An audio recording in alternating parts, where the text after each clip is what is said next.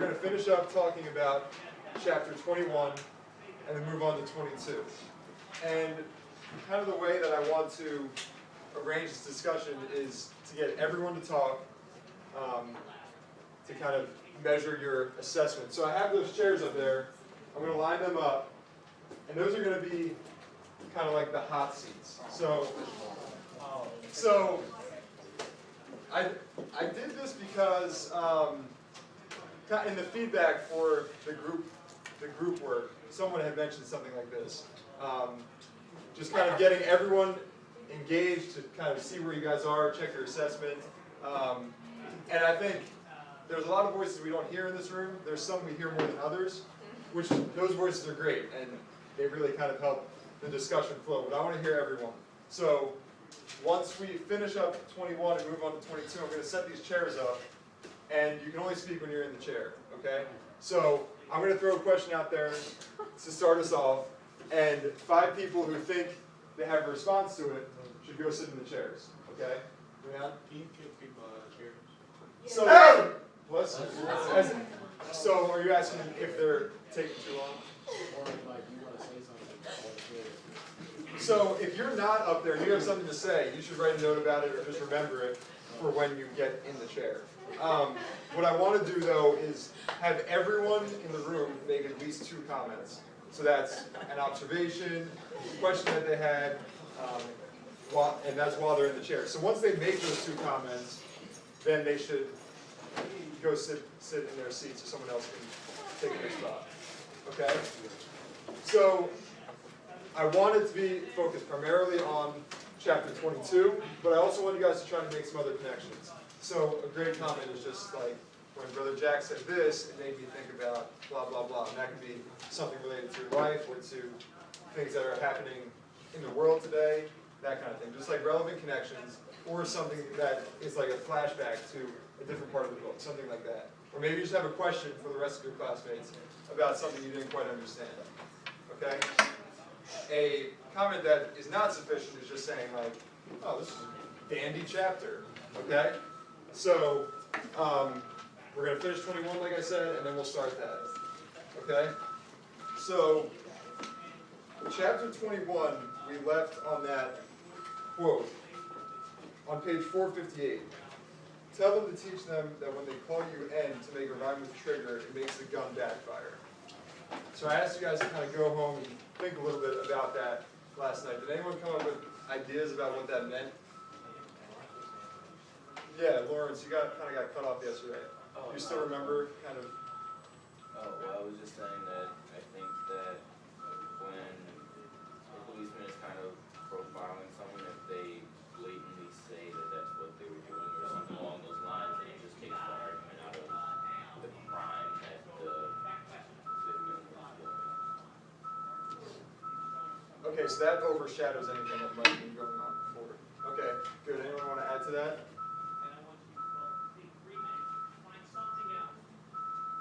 Victor? I follow on the lines of making sure, like, make the police officers think twice before shooting a man because he's black. Making sure that there's going to be backlash. It's not something that you can do and just forget about. Like, so it was something, I guess, telling the community to take action, and then that there's going to be consequences. So think twice before you actually decide. Okay, good. So yeah, there will be consequences. And so, like the purpose of using forces to secure, we would say, so if you're the one you're becoming the criminal if you're not, or if you're using like race fuels like your anger or something like that, then you become the person who you try to not avoid, but then you're trying to kind of protect this yeah. community from, right? Okay, good. Yeah, so 2 good ideas about the consequences and about kind of warping what the purpose of your task is, right? Which is to make people feel safe.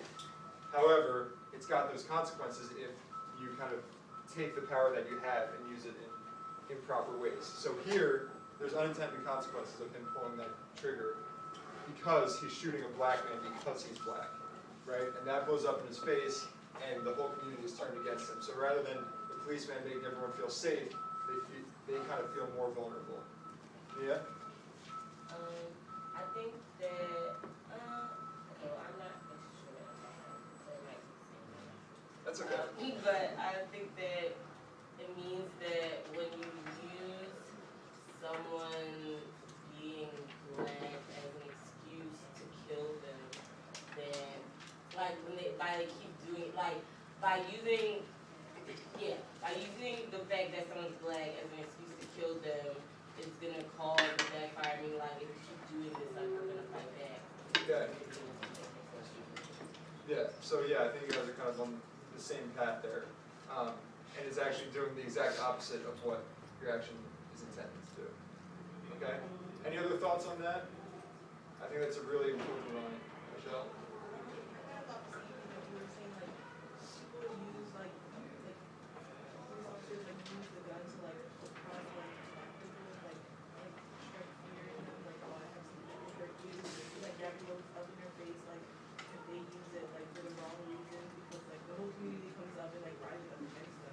Yeah, yeah.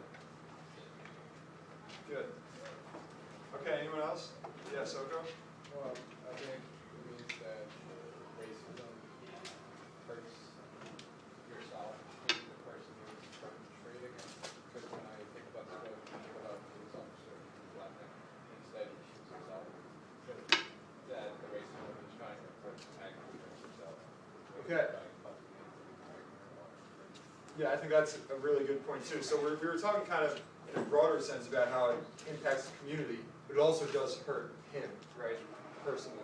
Okay, good. Anyone else? Okay, so he leaves the funeral, and he's kind of just wandering around.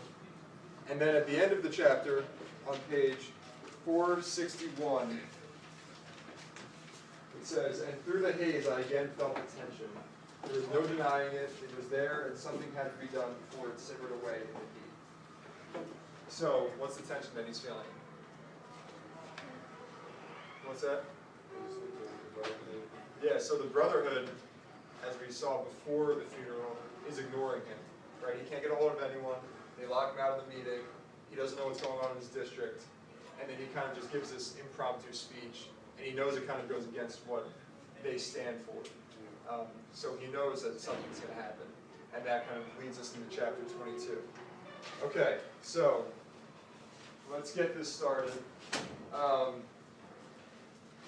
Question I want to ask to start it off is kind of somewhat just comprehension and to get the conversation started. So,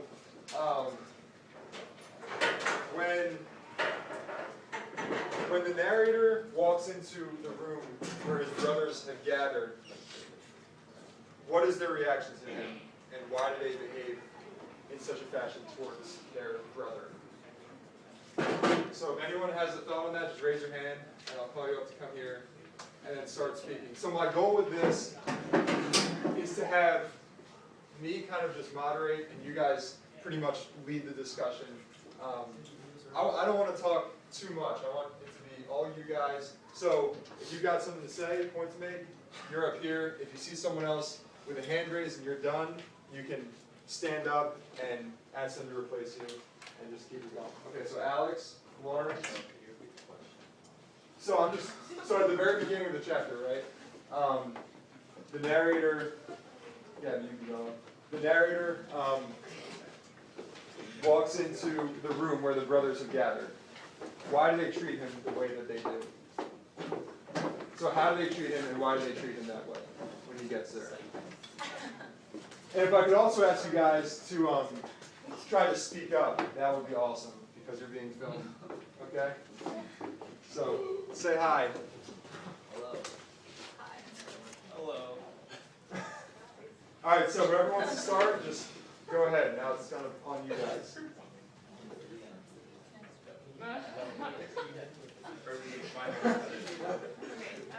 So when he first goes into the room, it's like dark and kind of ominous, and then when the Brotherhood starts talking to him, they're kind of cold, and they start